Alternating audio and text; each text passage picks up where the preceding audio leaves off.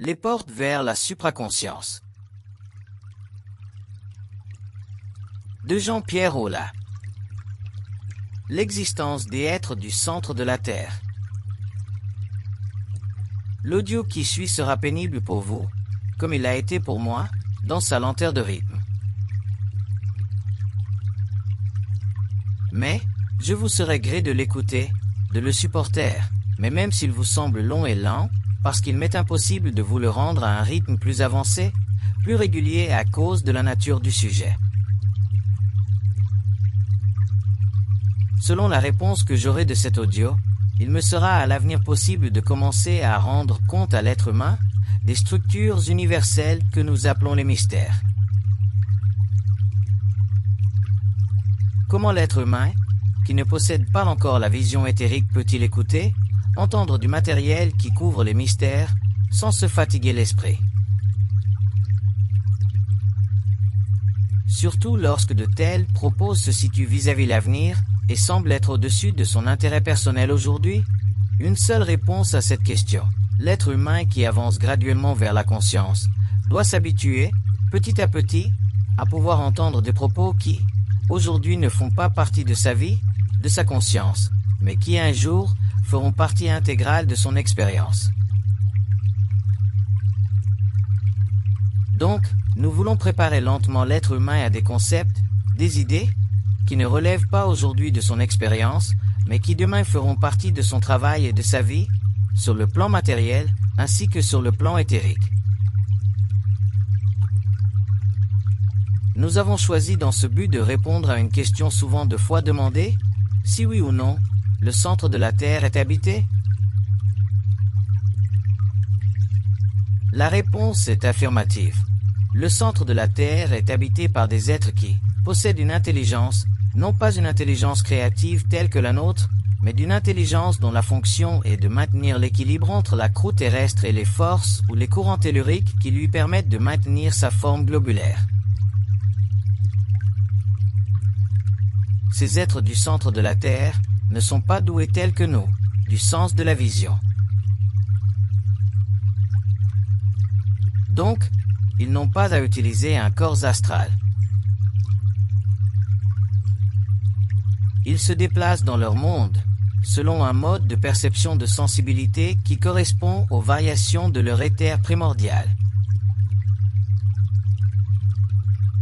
Ces êtres font partie d'une humanité qui n'a jamais connu l'expérience du corps matériel tel que nous la connaissons. Ce sont des êtres particulièrement primitifs, particulièrement incomplets dans l'organisation totale de leurs êtres matériels.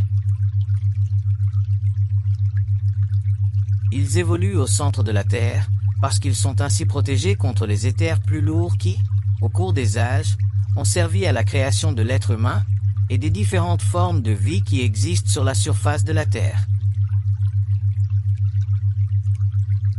Ces êtres du centre de la Terre travaillent à l'équilibre et au maintien de l'équilibre des forces telluriques de notre planète, non pas pour le bénéfice de l'être humain, mais pour leur protection en tant que groupe. Les forces telluriques sont de grandes puissances primaires sur la Terre et ont un effet sur tous les royaumes de notre planète. Donc ces êtres exercent une grande influence sur l'évolution matérielle de l'être humain, des animaux, des plantes et du minéral. Un jour, lorsque l'être humain sera doué de la vision éthérique, il devra être capable, sur les plans primaires de leur existence, de contempler la vision de ces êtres. Et ne pas être troublé par la mémoire de la forme qu'il connaît dans son expérience relationnelle avec les êtres à la surface de la Terre. Ces êtres n'ont jamais connu l'expérience humaine. Donc, il leur est impossible de comprendre l'expérience de l'être humain, excepté à travers son mode de pensée subjective et d'émotion subjective.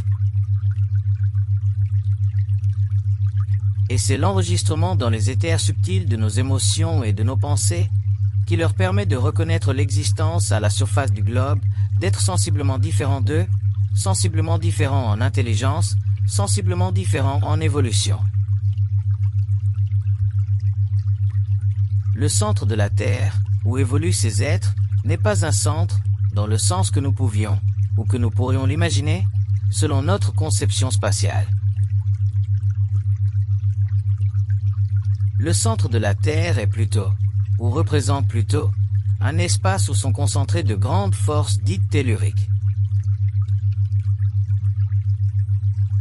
Forces qui sont à la fois le médium éthérique de basse vibration qui supporte l'existence, l'évolution de ces êtres et leur permet d'être en œuvre, à l'intérieur d'une planète qui, en surface, supporte une autre qualité d'être en évolution que nous appelons les êtres humains.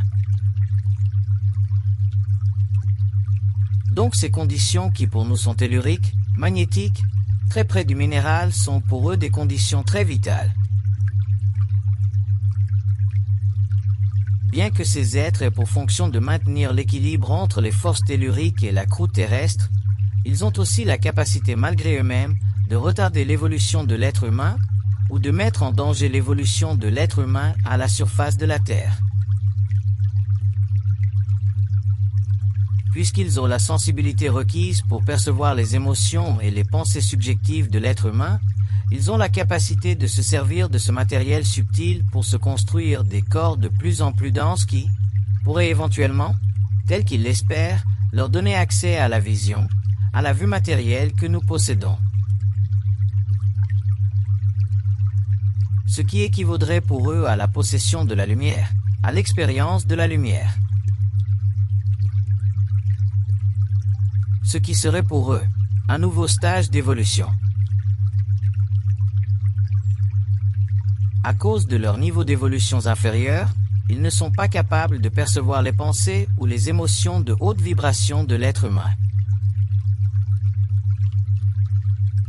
Mais ils sont capables de percevoir et d'utiliser les pensées et les émotions de basse vibration afin de se constituer éventuellement un corps dense qui leur permettrait éventuellement ici de pouvoir voir cette lumière qui leur manque et qui constitue ce que nous appelons ésotériquement les enfers.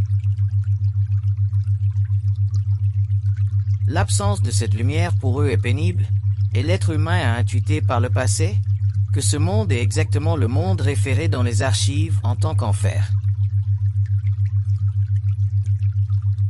Donc alors qu'ils sont privés de vision, de lumière, d'intelligence créative, leur pouvoir sur la Terre grandit parce que l'être humain lui-même génère de plus en plus des pensées et des émotions de basse vibration au lieu de générer une énergie qui naît de sa conscience créative. Il existe une relation proportionnelle entre l'évolution de l'être humain sur la surface de la Terre et l'être humain à l'intérieur de la Terre. Et cette proportionnalité est devenue, aujourd'hui, de plus en plus égalisée parce que l'être humain est devenu de plus en plus inconscient. Ces êtres du centre de la Terre sont caractéristiques et infernales. C'est-à-dire qu'ils sont, laids et aussi vivent d'un seul penchant, celui d'empêcher l'être humain d'éventuellement pouvoir se libérer de son corps matériel. Car lorsque l'être humain pourra se libérer de son corps matériel consciemment, il pourra s'éloigner de la Terre et voyager dans le temps. Et ce déplacement évolutif empêcherait ces êtres de pouvoir continuer leur évolution en se servant du matériel karmique de l'humanité pour la construction de corps matériaux plus denses.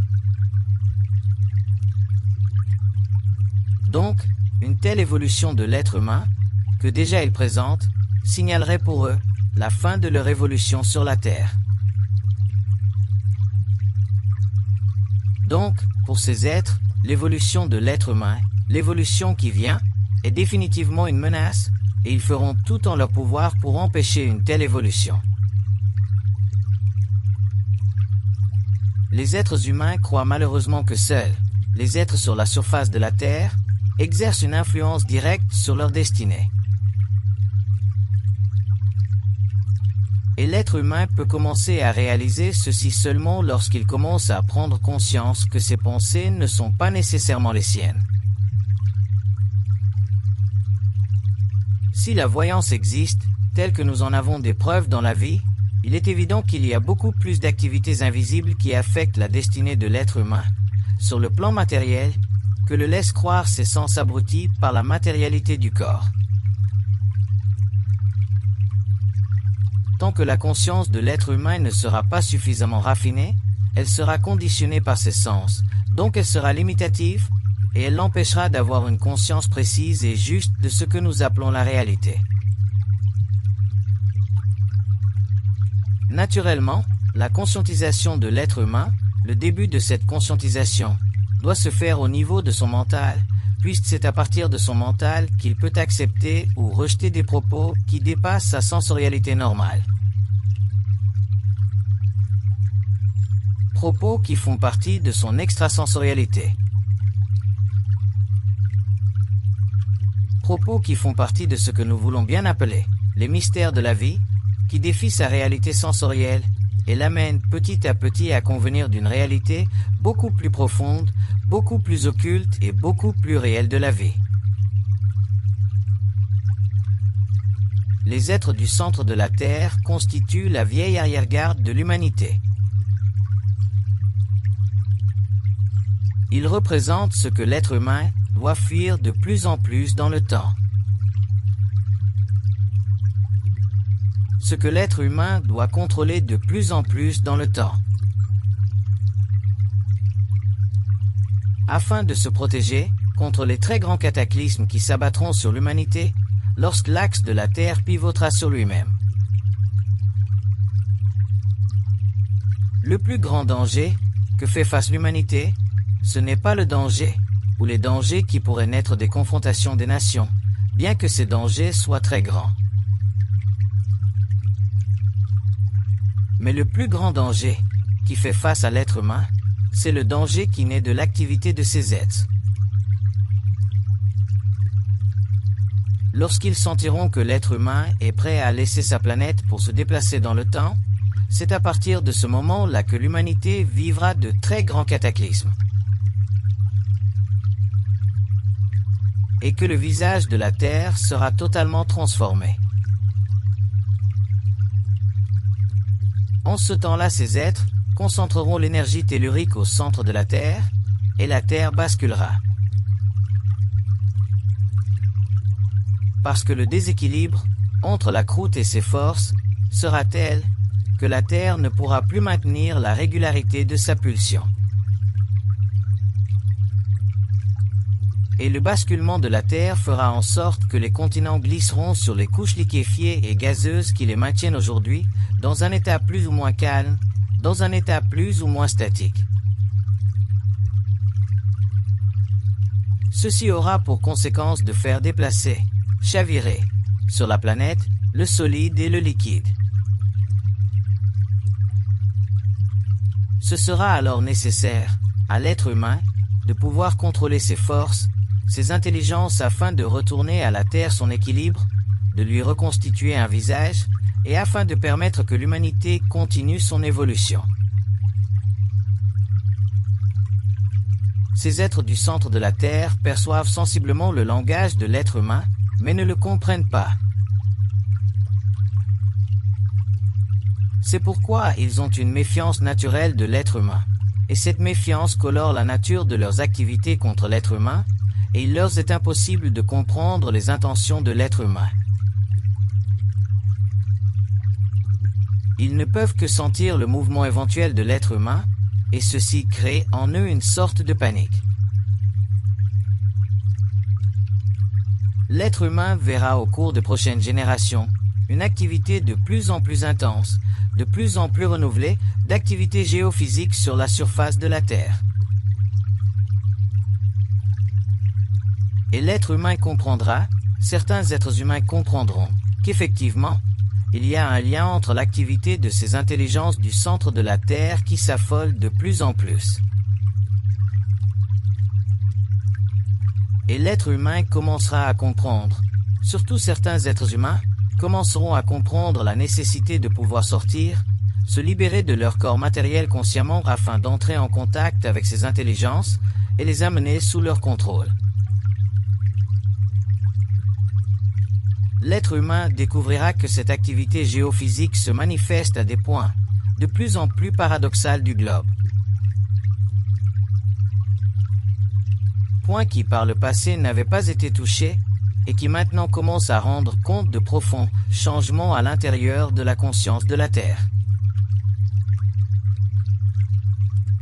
Les êtres humains les plus endurcis seront forcés d'admettre qu'un dérèglement en règle est en train de se produire graduellement, et de grandes craintes et de grandes pertes seront perçues par l'humanité. L'étude des mystères est une science profondément raisonnable et profondément indicatrice des événements qui sous-tendront l'évolution future de l'humanité à la fin du cycle et après ce cycle. L'être humain ne peut indéfiniment demeurer aveugle, car éventuellement il devra payer le prix de son aveuglement. Les êtres du centre de la Terre ont grands intérêts à leur survie, bien que leur survie soit très différente dans ses conditions, dans ses implications que la nôtre. Et ce n'est qu'au niveau de notre esprit que nous puissions comprendre l'importance que l'équilibre soit réétabli entre leurs intelligences et la nôtre. Maintenant que les mystères s'ouvrent à l'être humain et qu'il peut commencer à comprendre les aspects occultes de son évolution planétaire et systémique, il ne lui reste qu'à ouvrir son esprit afin que l'explication de ces mystères puisse objectiver la relation de l'évolution de sa vie avec les plans invisibles. Et permettre ainsi qu'il puisse éventuellement, à cause de l'évolution de son esprit, à cause de sa capacité éventuelle de visionner l'invisible, pour comprendre et pour pouvoir maintenir l'équilibre entre ce que lui a besoin et ce que d'autres races, plus primaires que la sienne, ont aussi besoin pour leur propre survie. Ceci lui permettra au cours des générations, des âges, de se construire sur la planète une base solide d'évolution scientifique et de permettre aussi qu'une civilisation fleurissante, abondante, puisse conserver pendant très longtemps l'héritage de sa conscience créative. L'être humain le plus avancé, doit commencer maintenant à comprendre les mystères de la vie. Non pas pour des raisons philosophiques, mais pour des raisons d'ouverture d'esprit afin que s'infuse dans son esprit une compréhension subtile des lois de la vie. Compréhension qui en retour lui apportera une grande joie de vivre et une grande relaxation dans l'esprit. Ainsi il se produira en lui une vibration suffisamment haute et puissante qui, plus tard, lorsqu'il sera suffisamment avancé et préparé, permettra qu'il se profuse à l'extérieur de son corps matériel. Ceci empêchera, une fois qu'il aura la vision et le pouvoir de pénétrer dans les mondes parallèles, que ces forces détruisent à tout jamais sa civilisation, sa race. Nous ne sommes plus à l'âge de la superstition occulte. Nous sommes à l'âge de la science de l'esprit. Et cette science est exacte, et ceux qui auront la capacité de l'absorber jouiront du taux vibratoire qu'elle peut créer dans le mental. Afin de leur permettre éventuellement de devenir libres en esprit. Donc, capables de se séparer à volonté de leur matérialité pour éteindre, sur les plans parallèles, les feux qui menacent de détruire leur planète. Ces derniers auront alors la science de l'invisible et la science de la matière. Ce qui leur permettra de se protéger contre les forces astrales et les forces telluriques qui menaceront alors de plus en plus l'humanité. Lorsque l'être humain prend conscience des mystères, quelque chose en lui prend naissance. Quelque chose qui lui apporte une sorte de joie, une longévité et une continuité de conscience. Et cette nouvelle vitalité dans le mental semble provenir des grandes profondeurs de son être et ont le pouvoir de neutraliser ce qui en lui a toujours été une conscience existentielle. les êtres du centre de la Terre, lorsqu'ils commencent à sentir que l'être humain va de plus en plus vers l'extérieur de sa planète, vers l'extérieur de son système, deviennent de plus en plus affolés. Et c'est ce genre d'affolement qui, pour l'être humain, est dangereux et qui devra un jour être apaisé par l'être humain lui-même. Sinon, l'humanité risque de ne plus posséder de planète d'évolution et de se retrouver dans une situation semblable à celle qui primait avant que l'être humain, en tant qu'esprit, ne vînt dans la matière. Une telle expérience pour l'esprit de l'être humain est pénible parce qu'il se voit obligé d'errer dans le cosmos au lieu de se bâtir dans un corps matériel, une condition d'existence qui lui permet de vitaliser la matière et d'imprimer dans la matière sa perfection en évolution. Ce qui empêche l'être humain de saisir la réalité des mystères, c'est que tant que sa planète est sécure, tant qu'il n'y a pas trop d'affolement sur sa planète, il a l'impression que les choses peuvent toujours s'arranger. Et effectivement, entre les êtres humains, les choses peuvent toujours s'arranger. Mais lorsque l'être humain traite avec des forces qui ont une intelligence différente de la sienne, les choses ne peuvent plus s'arranger tant que l'être humain n'a pas le pouvoir de traiter avec ces forces. Et c'est dans ces conditions terribles que l'esprit de l'être humain est mis à l'épreuve, et que la conscience et l'intelligence créative de l'être humain doit être amenée à fonctionner contre tous les atouts négatifs que lui impose une condition d'évolution qui tire à son terme. C'est pourquoi ces choses, ces points brûlants de l'histoire de l'être humain, ces aspects profonds de la réalité de l'être humain, sont très loin de son esprit. Parce que l'être humain, aujourd'hui, traite encore avec les êtres humains et traite à l'intérieur des affaires de l'être humain. Mais un jour viendra où l'être humain devra traiter cosmiquement. Un jour viendra où l'être humain sentira que sa planète n'est plus sa planète, que sa planète semble lui passer entre les doigts. Et lorsque ce jour viendra, les quelques êtres humains sur la Terre qui auront la vision, le pouvoir et la puissance seront ceux qui pourront et devront rétablir l'ordre. Donc l'étude des mystères, l'explication des mystères, la loi des mondes invisibles, doit commencer à être donnée à ceux qui sont, sur le plan matériel aujourd'hui, les plus près de la source qui peut donner à l'être humain un aspect maximal de ce qui, sur le plan humain, fait encore partie de la science-fiction ou de l'occultisme le plus échevelé. Les êtres du centre de la Terre sentent que l'être humain est sur le point de se libérer de la gravité de sa planète. Mais cette perception n'est pas synchronisée avec l'événement futur et historique de l'humanité. C'est pourquoi, déjà aujourd'hui, nous pouvons commencer à sentir le travail qui se fait dans les profondeurs de notre globe.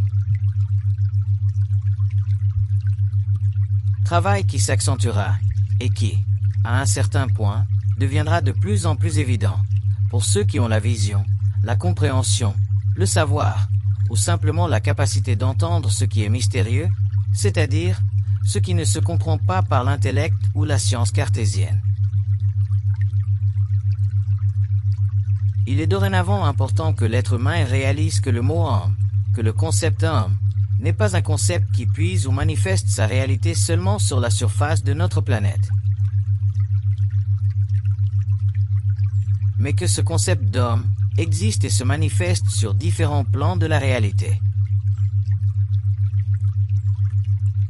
Et que sur ces différents plans existent, évoluent, des êtres dont la densité des corps est différente de la nôtre, mais dont le pouvoir est beaucoup plus grand que le nôtre.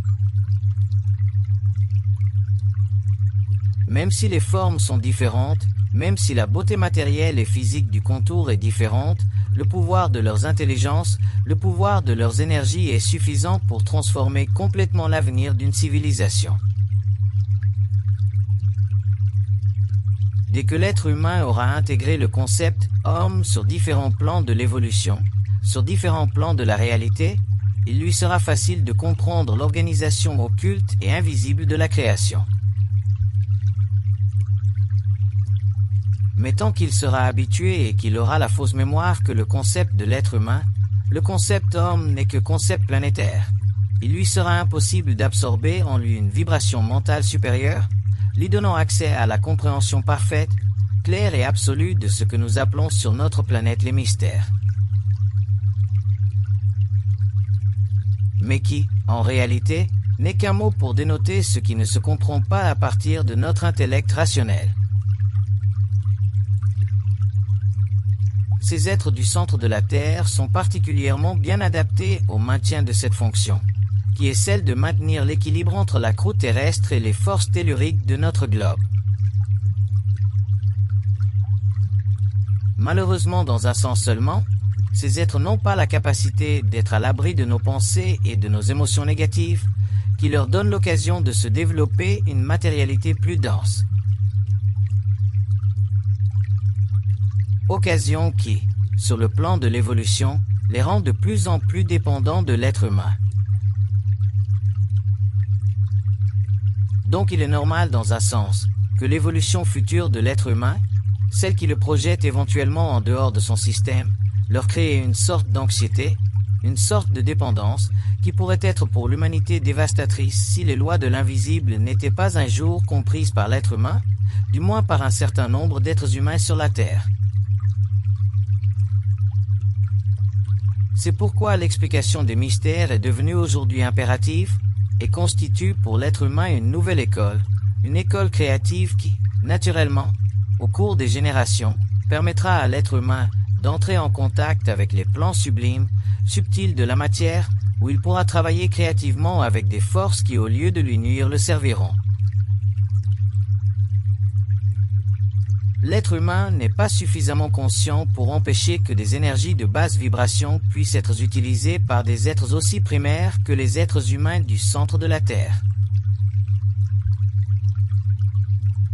C'est pourquoi au cours des générations qui viennent, l'être humain sera obligé de souffrir à la fois le produit de son activité inconsciente de surface vis-à-vis des êtres humains, activité contingente à organisation sociale, qui le placera dans une situation de plus en plus militante. Et aussi, et plus gravement, il sera obligé de vivre au cours des prochaines générations des souffrances directement liées à l'activité de ces forces. Souffrances qui seront d'ordre cataclysmique, et tout ceci pour la simple raison que ces intelligences ne voudront pas que l'être humain s'éloigne de sa planète.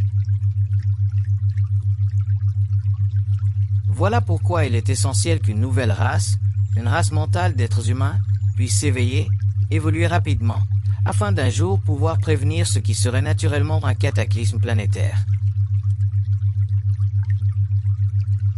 On demandera pourquoi devons-nous entendre ces choses? À quoi nous servent ces choses? Et de telles questions seront simplement d'ordre philosophique.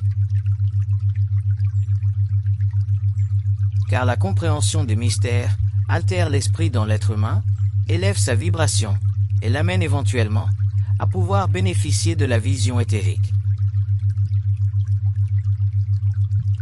L'amène éventuellement à pouvoir se servir de son esprit pour travailler sur les plans subtils de la réalité.